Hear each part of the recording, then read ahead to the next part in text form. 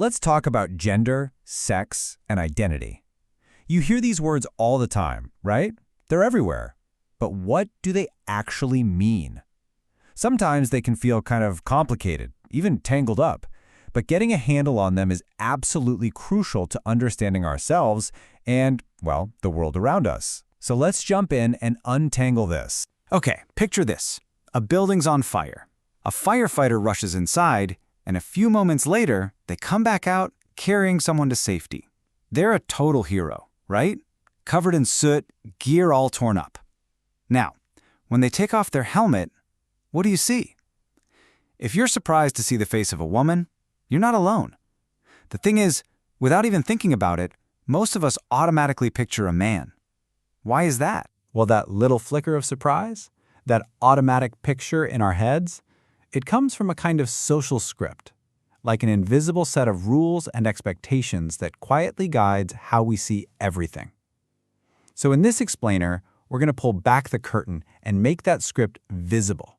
We're going to break these huge ideas down into pieces we can actually work with. All right, so first things first, let's tackle the two words that get mixed up more than any others, sex and gender. They might seem like they mean the same thing, but they don't. And understanding the difference between them, that's the first, most important step to seeing that social script we were just talking about. So let's start with sex. This one is all about biology. It refers to the physical stuff, chromosomes, hormones, reproductive organs, the things that are pretty much consistent across different human cultures. It's the biological category you're assigned at birth. Gender, on the other hand, is a whole different story. It's a social idea. It's about the roles, the behaviors, and the personality traits that a society expects from men and women. A great example is the Scottish kilt. In some places, a man wearing a skirt would get a lot of looks, right? But in Scotland, the kilt is this powerful symbol of masculine pride and heritage. It's just a perfect reminder that what we think of as masculine or feminine can totally change depending on where you are in the world. Putting them side by side like this makes it crystal clear.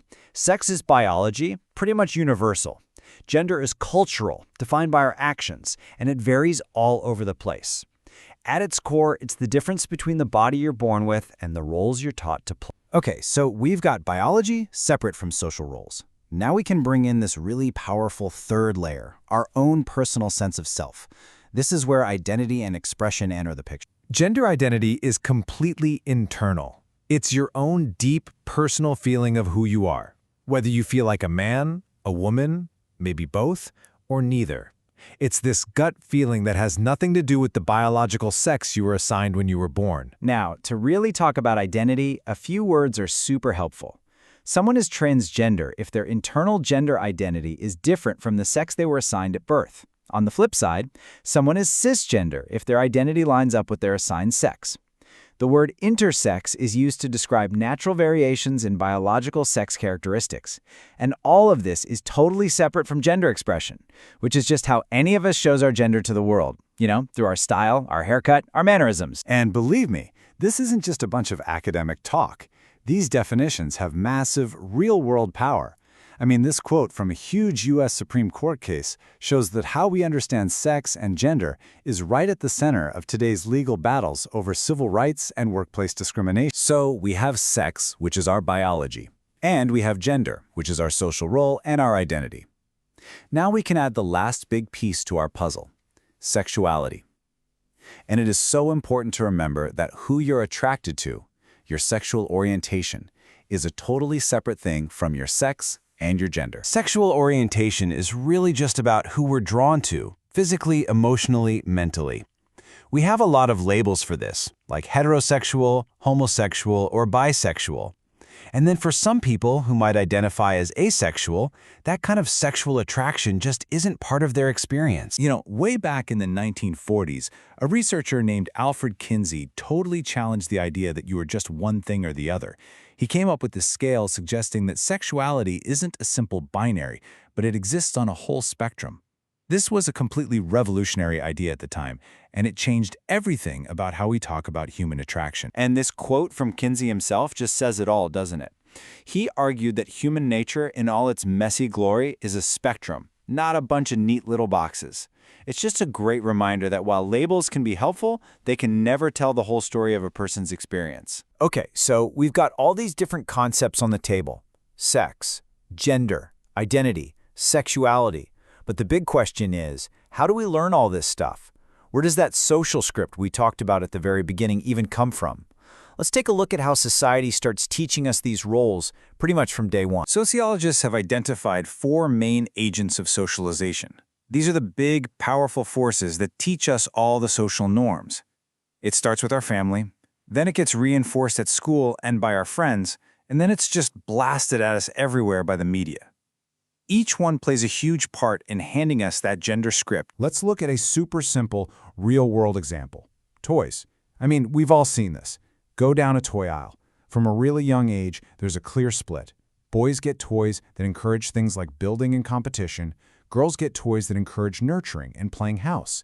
This isn't just about fun. It's basically training for the gender roles society expects us to fill later. And all that early training, it leads directly to gender stereotyping, these really oversimplified and often totally wrong ideas about how men and women are supposed to be. And these stereotypes are not harmless. They are the actual building blocks of sexism, which is the prejudiced belief that one sex is just better than the other. And that brings us to the real-world impact. Because these roles and stereotypes aren't just ideas. They have real, tangible, measurable consequences that bake inequality into almost every single part of our society. Take this number, 81%. In the United States, for every single dollar a man earns, a woman makes, on average, just 81 cents. That 19-cent gap isn't just a number. It represents a huge, complicated system of inequality. So, where does that gap even come from? Well, when you see it as annual salary, it's a difference of more than $10,000 a year. And it's caused by all sorts of things, from the kinds of jobs we encourage men and women to pursue, to the career hit women often take when they have kids, to all the unconscious bias that happens in hiring and promotions. And this inequality just gets more intense the higher up you look. We've all heard of the glass ceiling, that invisible barrier that stops women from getting the top jobs. And this stat just says it all. In 2021, only 8% of the world's 500 biggest companies had a woman in charge. Just 8%. But here's the thing. These structures aren't set in stone. This was the incredible motto of Shirley Chisholm, who was the very first black woman ever elected to the U.S. Congress. She flat out refused to be boxed in by the social scripts of her day. She fought to change the system from the inside, and she paved the way for so many others to follow. And that brings us to the final thought. We've seen how all these concepts are defined and how they literally shape our world, but we've also seen that they can change. I mean, just look at the growing use of the singular they as a pronoun. It's a perfect example of how our language can evolve to reflect a more inclusive reality. So the real question is, now that you have this user's guide, how are you going to use this language to help shape the reality around you? Thanks for watching.